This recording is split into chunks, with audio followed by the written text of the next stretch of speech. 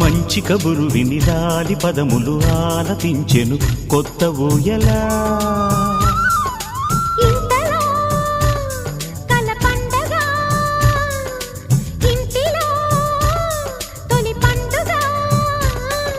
సింగారి సీతకు సీమంతమై సరికొత్త ఆశల వసంతమై మనసు మురిసిపోగా.